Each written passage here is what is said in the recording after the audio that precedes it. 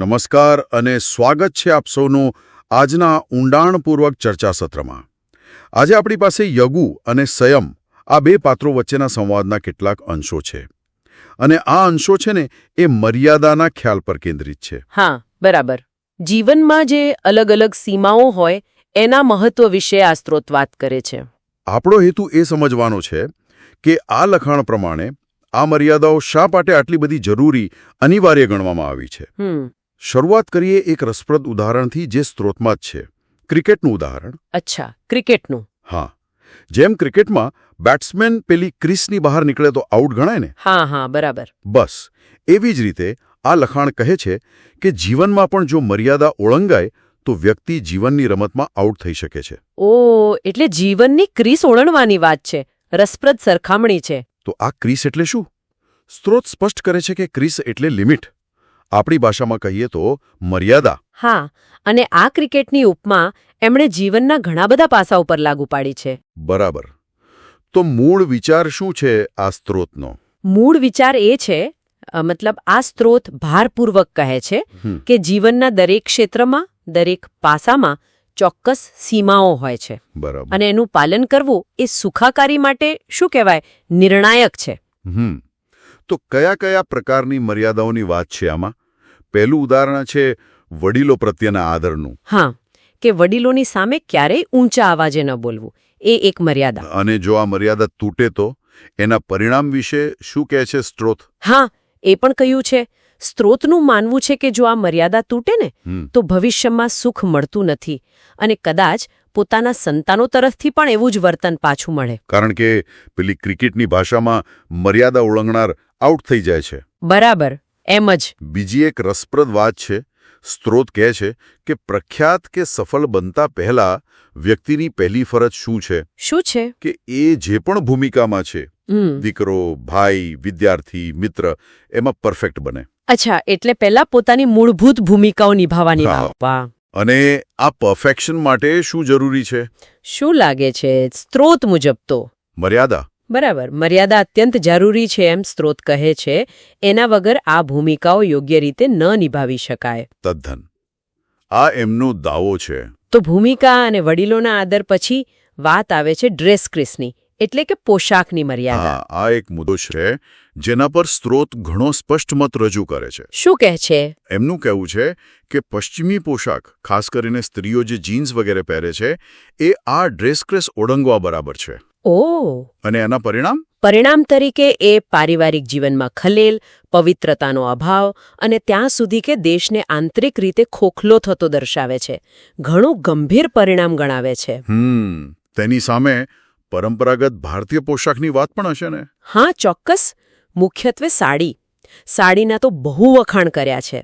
એને સંકોચ, લાલિત્ય, માતૃત્વ, શાલીનતા આ બધા ગુણો સાથે જોડી છે. અને પેલું શેમલેસ વાળું શું છે?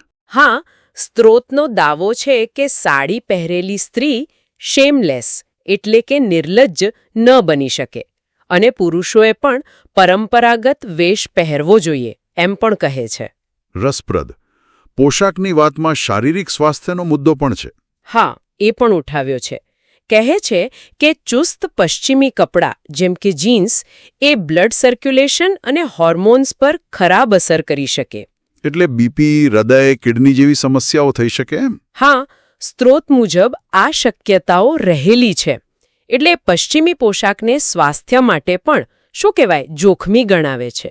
પોશાક પછી આવે છે વર્તનની મર્યાદા, બિહેવિયર ક્રીસ. હા, વર્તણૂકની મર્યાદા.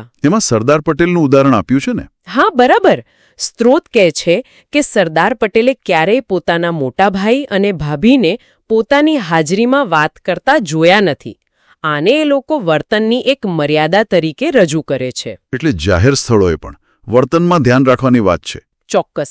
સ્ત્રોત મુજબ જાહેર સ્થળોએ પોતાની પત્ની સાથે પણ પવિત્રતા અને મર્યાદા જાળવવી એ આપણી સંસ્કૃતિનો ભાગ છે. અને જે લોકો આમ નથી કરતા એમના માટે શું કહે છે? સ્ત્રોત આવા વર્તનને, જેને એ શેમલેસ કહે છે, એને પશુતા સમાન ગણે છે અને કહે છે કે આવા લોકો સમાજને પણ નફ્ફટ બનવાનો સંદેશ આપે છે. અને આ પ્રગતિ નથી પણ પતન છે એમ? બરાબર. આ સ્ત્રોતનો સ્પષ્ટ મત છે. પ્રગતિ નહીં પણ પતન. છોકરીઓ અને સ્ત્રીઓ પ્રત્યેના વર્તનની મર્યાદા વિશે પણ કંઈક ખાસ કહ્યું છે. હા, એના પર પણ ભાર મૂક્યો છે.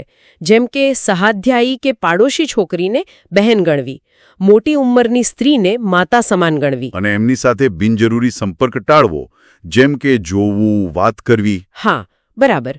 બિનજરૂરી દૃષ્ટિ કે વાતચીત ટાળવાનું સૂચન છે. આ બધું વર્તનની મર્યાદામાં આવે છે સ્ત્રોત મુજબ. અને પેલી ફ્રી બિહેવિયરની દલીલ કે મનમાં પાપ નથી. હા, એના વિશે સ્ત્રોત ચેતવણી આપે છે. કહે છે કે આવી દલીલો ભલે શરૂઆતમાં સારી લાગે, પણ અંતે એ નકારાત્મક પરિણામો જ લાવે છે.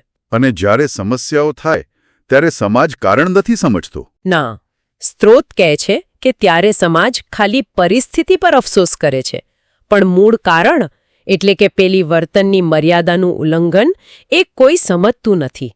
આ આખા લખાણનું એક મુખ્ય તારણ છે. તો એકંદરે આ સ્ત્રોતનો સંદેશ શું છે? સારાંશમાં કહીએ તો સ્ત્રોતનો નિષ્કર્ષ એ છે કે મર્યાદા વગરની જે પ્રગતિ દેખાય છે ને, એ ખરેખર તો દુઃખ તરફની પ્રગતિ છે. ઓહ, એટલે સુખી જીવન માટે મર્યાદા અનિવાર્ય છે. હા, સ્વસ્થ, શાંત અને સુખી જીવન માટે મર્યાદા અનિવાર્ય છે. અને આ લખાણ મુજબ માનવ સભ્યતાના દરેક પાસામાં એ હોવી જ જોઈએ. એ સહેજ હોવી જોઈએ.